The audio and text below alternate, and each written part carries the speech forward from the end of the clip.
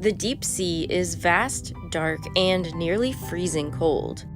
And it is also full of giants. As we begin to descend the ocean depths, we first pass through the epipelagic zone. Here is where almost all ocean life exists, thanks to the sun's penetrating energy. Here, animals are colorful and abundant. Next, we reach the mesopelagic zone, also known as the ocean twilight zone. Here, light becomes very dim, and photosynthesis becomes impossible. Below 1,000 meters, all sunlight disappears, and we enter into the midnight zone, or the bathypelagic zone. The only light that can be seen down here is the glowing bioluminescence from the skin of squids or the lures of anglerfish. The pressure here is immense, the temperature's shockingly low, but the ocean goes deeper still. The abyssopelagic zone reaches depths of up to 6,000 meters, with pressure 600 times that of our terrestrial world. The abyssal realm is considered the single largest ecosystem for life on Earth, covering 300 million square kilometers, about 60% of the surface of the globe. But the deepness of the ocean doesn't stop there. The hadopelagic zone is the deepest ocean region. It's found from a depth of about 6,000 to 11,000 meters and exists in long, narrow, topographic V-shaped trenches. The deepest of these ever discovered is the Mariana Trench. And despite all logic, life survives in these darkest depths. And the creatures here have evolved to be exceedingly freaky. From the ghostly, to the terrifying, to the absolutely gigantic. The giant Japanese spider crab, the big red jellyfish, the king of herrings oarfish, the giant squid, the Greenland shark, and the giant isopods. These animals are all examples of deep-sea gigantism, the tendency that deep-sea animals have to be substantially larger than their shallow water counterparts. In waters intensely cold and dark, why do these leviathans emerge? Is it an eerie coincidence of the deep dark sea, or a feature of life in this inhospitable landscape?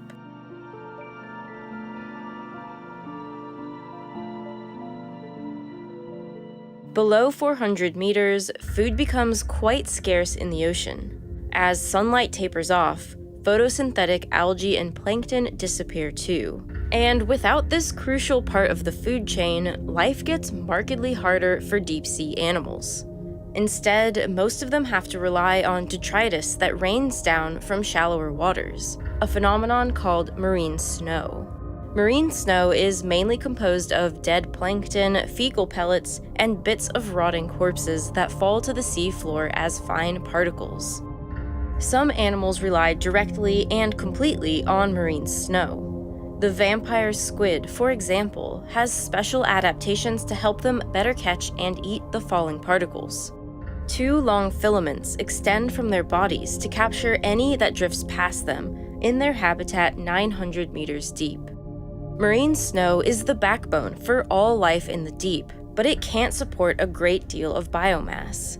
The number of creatures in the deep is sparse, and the food web is strained. Many animals don't eat marine snow directly, but rely on eating those that do, and thus the pressure of predation is extremely high. Any small fish, crustacean, or cephalopod has a big target on its back from any larger predator. And for this reason, it became evolutionarily advantageous for animals to get rid of this target on their back, to transition from being a prey animal into a top predator. Enter the giant squid, both an icon and an enigma of the deep. By the turn of the 21st century, the giant squid remained one of the few extant megafauna to have never been photographed alive. What we know about the giant squid largely comes from specimens that have washed ashore. It wasn't until 2004 that the first photographs of a live giant squid in its natural habitat were taken in the twilight zone, at a depth of about 1,000 meters.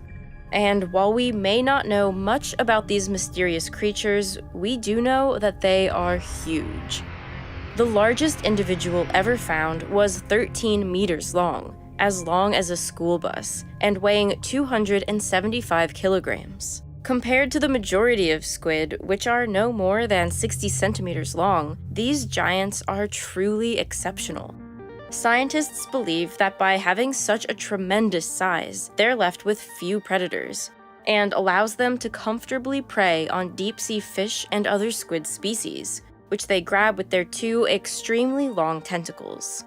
But as impressive as the giant squid is, it is not the largest of the deep-sea squids. The colossal squid, sometimes called the Antarctic squid, is the largest invertebrate in the world. They're shorter in length than the giant squid at only 10 meters, but can weigh between 500 and 700 kilograms, lurking in depths over 2,000 meters. It's easy to imagine such a massive creature as an aggressive top predator, darting through the water, snatching prey and dominating its adversaries, ripping sailboats apart, etc. But this squid teaches us something else about deep-sea giants. They aren't necessarily the dominating predatory force we imagine, because with their large size comes something else, an extremely slow metabolism. The colossal squid takes something called Kleber's Law to the next level. Kleber's Law states that metabolism doesn't scale linearly with body size, as you might predict. A horse that weighs 1,000 times more than a mouse doesn't require 1,000 times more energy. Instead of metabolism scaling linearly with body size, it scales with an animal's mass to the 3/4 power. This applies to all life on Earth, from blue whales right down to individual cells. It's largely a consequence of the physics and geometry of animal circulatory systems, an animal's surface area to volume ratio, and the fractal nature of blood vessels. And all this means that the larger an animal is, the more efficient it is.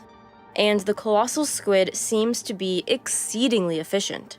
One study estimated the metabolic rate of the colossal squid to be so low that they only burn 45 calories per day and only require 0.03 kilograms of food per day. A single adult toothfish would be enough food for a 500-kilogram colossal squid for approximately 200 days. Their energy requirements are 300-fold to 600-fold lower than other similarly sized top predators of the Southern Ocean. This indicates that the colossal squid has a particularly slow pace of life.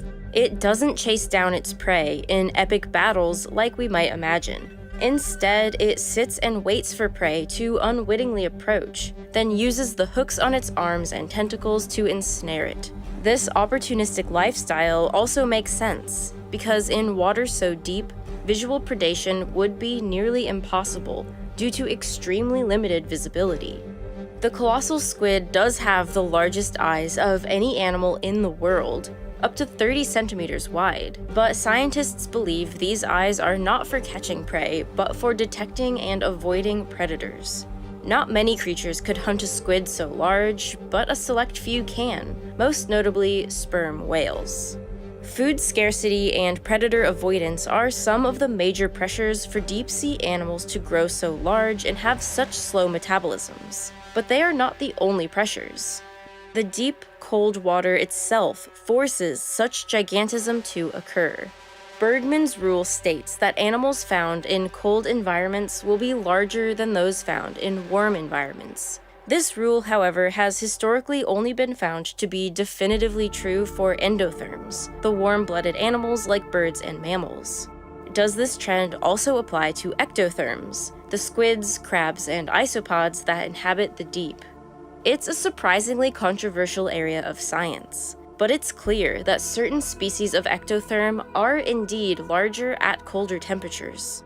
This can certainly be seen in the polar regions of the Earth, where marine sponges, worms, and even single-celled organisms get huge.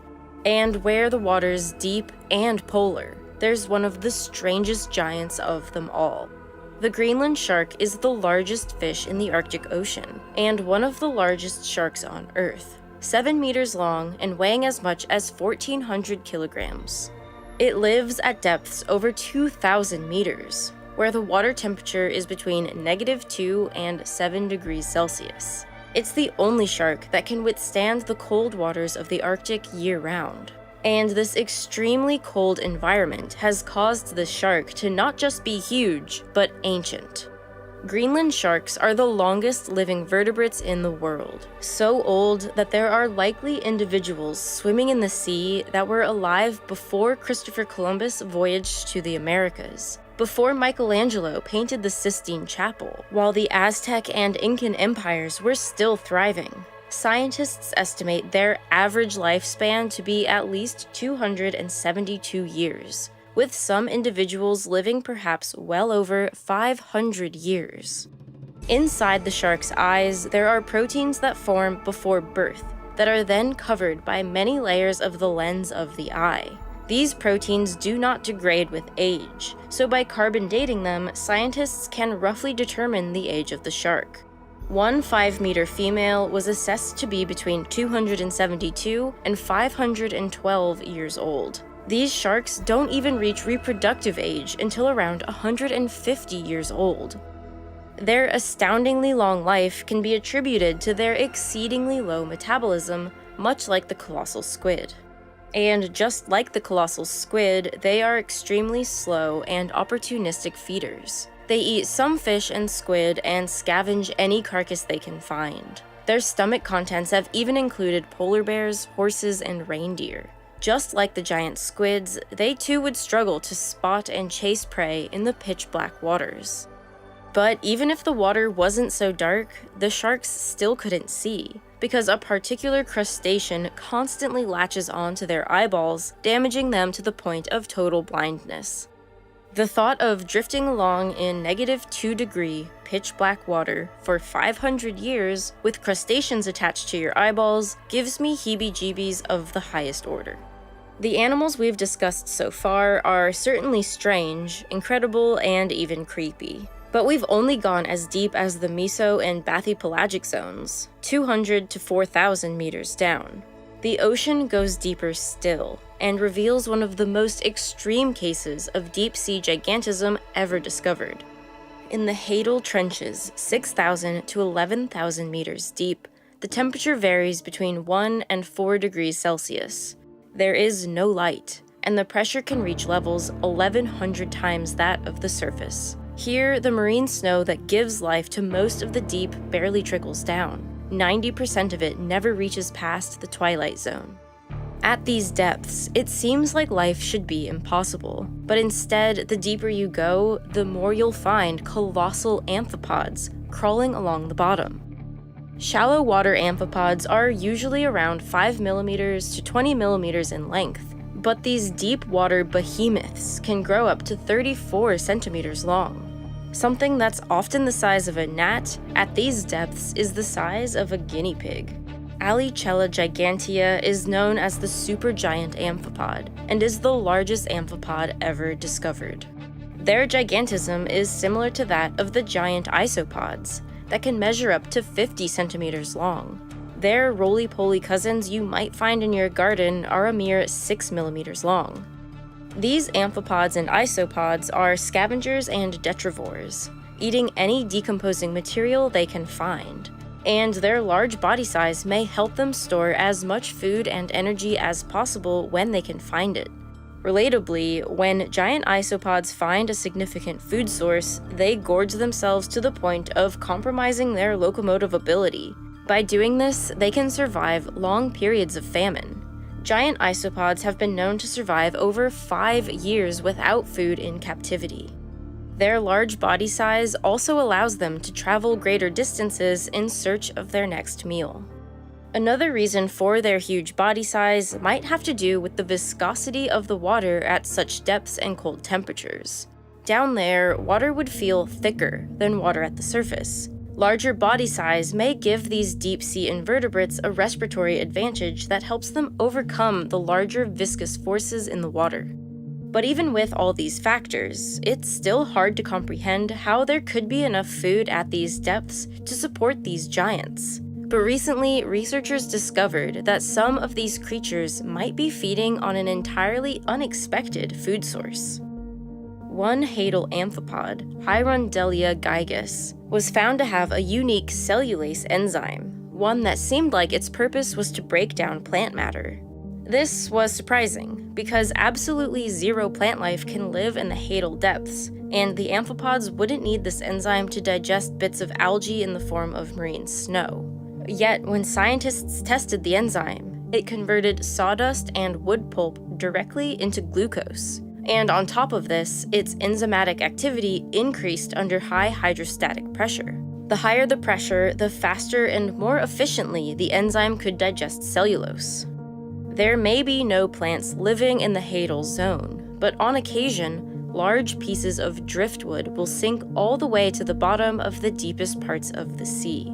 And being able to convert this wood directly into energy is of high survival value for an animal that doesn't have many options. While we don't know much about the deep sea, we do know that it's a very delicate ecosystem. Many of these animals already live on a knife edge of survival, and any change to their environment could mean the end for these giants. Overfishing, plastic pollution, changes in ocean chemistry due to climate change, and deep-sea mining are all threats to this incredible ecosystem. These creatures may seem like they live in a far-off alien planet, but it's still very much connected to and dependent on ours. And scientists now believe we very well may be dependent on their world too. We are only beginning to understand the intrinsic connection between ocean ecosystems, and the links between them and the terrestrial environments in which we live. And most importantly, who wants to live in a world that's been stripped of its wonder, of its dazzling, mesmerizing, and baffling deep-sea creatures? We as a species are so focused on trying to find alien life on other planets that we often forget about the unthinkable creatures that are living right under our noses, or rather, under many miles of ocean. If you're like me, the news in the world lately makes you desperately wish you too lived at the bottom of the ocean. Maybe the Greenland shark, floating alone in the darkness with parasites on its eyeballs, is actually onto something. I bet the Greenland shark doesn't doomscroll itself into insomnia every night, or begin the day with a cup of anxiety reading the front page of Reddit and all its associated threads of arguing and stupidity. But since I am unfortunately a human, I often do exactly these things. I want to stay informed, but then find myself getting sucked into the news and social media, working myself up, trashing my mental health, and honestly wasting a lot of time. So this is why I've switched my morning news routine to Morning Brew. Morning Brew can't make the news better, but it can make it understandable and digestible. Morning Brew gets you up to speed on business, finance, and tech in just 5 minutes, and their recaps are refreshingly witty. There's no comment section to accidentally fall into, so you can read about Elon Musk and Twitter's feud with just the information, and not the fanboy commentary. Or you can quickly understand what's going on with the stock market without the speculation. And the best part of all of this is it's completely free. Plus, by signing up, you are greatly supporting this channel. If you've ever thought about signing up to any of our sponsors, now is the perfect time. All it takes is 15 seconds and an email address. So to get a new and improved morning news routine, click the link in the description to get started with Morning Brew today. And if you'd like to watch something else right now, you should watch our previous video about the world's deadliest snake. Or watch Real Engineering's latest video about the engineering of self-healing spacesuits.